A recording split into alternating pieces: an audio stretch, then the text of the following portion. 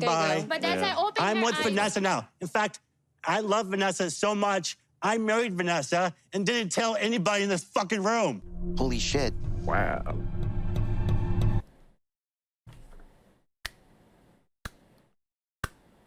Well, hello 90 Day fans. Here we are again with the final part of the tell-all.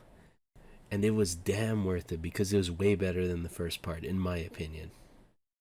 Now, because of this is going to be the last episode in this series, but I am going to put out some more 90-day content. Of course, I'm going to try to keep up with every cast member if I can.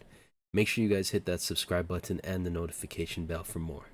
Because I feel like she definitely could have came. There's no reason for you not to be here. I don't think me and Brittany will ever just be serious with each other. She will have to change dramatically. There has to be a whole new Brittany in order for us to be together.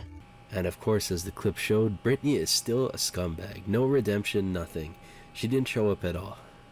She's claiming that she went back to Houston to get her hair done. Which, why would you do that when there's like a million places in New York, as the other cast members say? I don't buy it, and neither does the cast. It's just ridiculous. Like, she wasted everyone's time. The producers, Terrence himself, and even the other cast members, because they took the effort and time to show up. Why didn't she? I honestly thought she was going to show up late and just have like a grand entrance for herself kind of thing, but yeah, that did not happen. And after doing some research for this video, I looked at social media and I saw how she looks after the surgery. It's something like this. Jess and I just called peace. You and Jess just called peace We just did. now while this was Yeah, going on? while that was going on, We get Jess these- and I called peace. We got Colt and Vanessa getting married, and Jess and Debbie declaring peace. Oh, my gosh. I'm sorry Okay. for everything. I'm sorry too, okay? Okay. All right.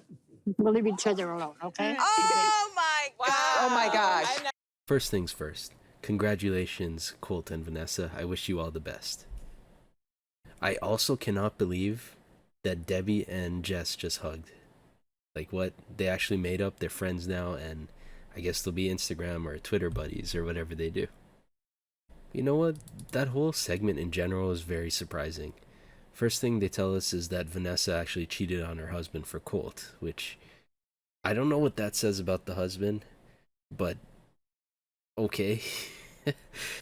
Also surprising is that Colt and Vanessa did this without telling Debbie, and she was okay with it, which I don't think she was really okay with it. She was just playing for the camera, but yeah, it shows that he's actually growing as a person, and this is the one positive thing I'll ever say about Colt. Another very surprising thing is that he actually shushed his mother and Jess when they were arguing. Thank God for him, because no one else was doing it. In fact, all the other cast members were like, oh my God, thank you so much for this. So obviously the producers brought out Jess just for drama, but it didn't work in their favor. As you see, everything went well, surprisingly. It started off pretty rough, but in the end it was well. Now another situation where they wanted to cause drama was Fernanda, when they brought out, what's the guy's name again? Robbie? The douchebag guy? They brought him out, and they brought out her current boyfriend trying to start something, but it just didn't happen. Now, I fully expect to see Fernanda and Noelle show up on another season just because they made her the cover girl for this. Like, it just seems like the next step. I mean, I was just like, people were going to think I'm nuts, but is there somebody somewhere that we could pay To have sex with Kelly? to have the baby? By having sex with Kelly? Yeah. Mm-hmm.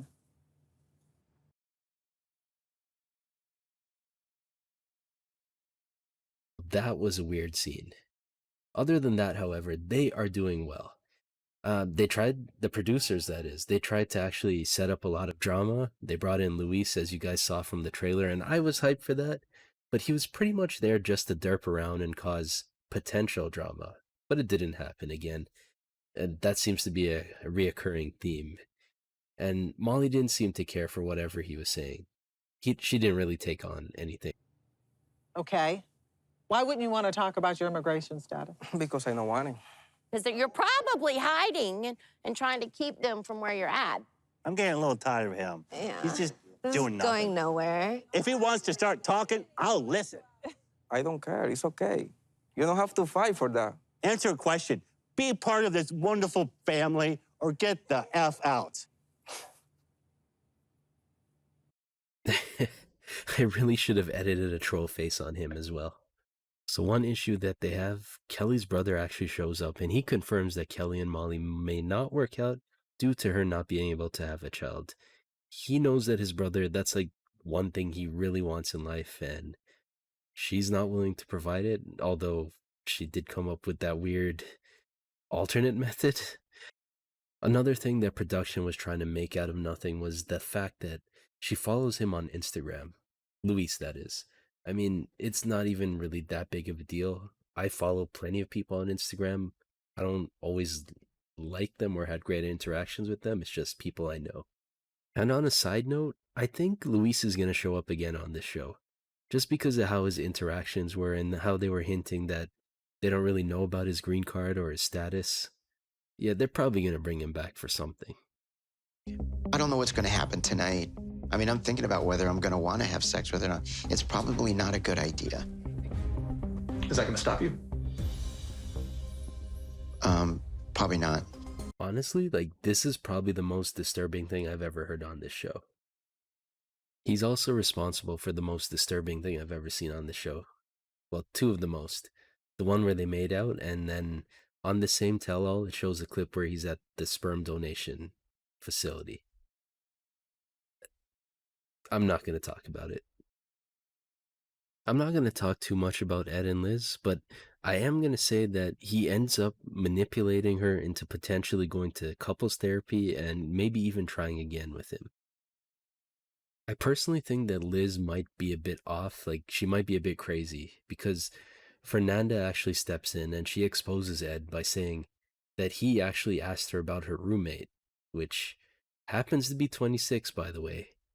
But Liz is okay with this for some reason. She accepted just because he's single. But this literally happened like an hour ago. But like I said, I'm not going to go too into it. I'm probably going to release a couple videos per week, just detailing each couple and what they're up to and what I think about each situation. And that is all for now. First of all, thank you all for watching. Thanks for all the support. Make sure you leave that like or dislike, it's up to you. Leave a comment because it helps the channel, and I do reply to every comment. Believe me on that. And again, if you haven't subscribed, hit that subscribe button and hit the notification bell. Have a great night, and I love you. Bye.